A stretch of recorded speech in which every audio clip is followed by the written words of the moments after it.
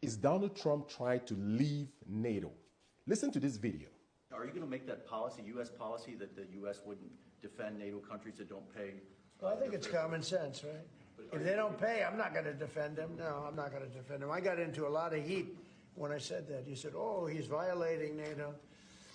And you know, the biggest problem I have with NATO, I really, if the United States was in trouble and we called them, we said, we got a problem, France, we got a problem, a couple of others I won't mention. Do you think they're going to come and protect us? They're supposed to. I'm not so sure. I view NATO as potentially good, but you gotta get some good thinking in NATO. It's very unfair what's been happening. It is now confirmed that the conflict in Ukraine is actually a proxy war for NATO.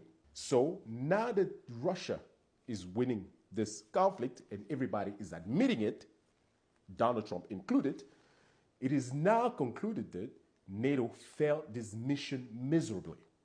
And it is probably time to get rid of NATO. A few years back, Macron said that NATO was brain dead.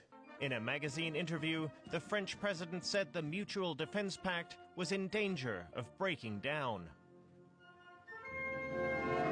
He said, what we are currently experiencing is the brain death of NATO.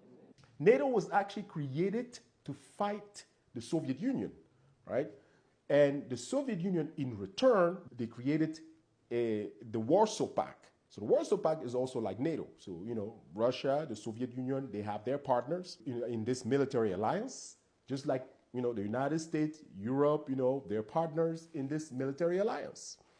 When the Soviet Union collapsed in 1991, right, the Warsaw Pact as well was no longer needed. From there, the West and NATO accomplished its first mission, which was to end the Soviet Union and all its alliances.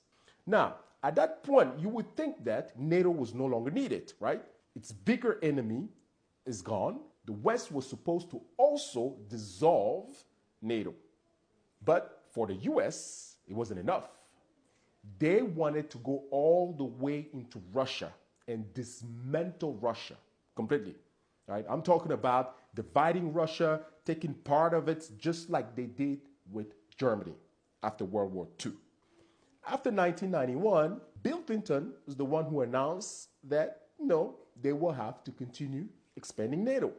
When Putin came to power, he asked Clinton, okay, if NATO is not a threat to Russia, can Russia also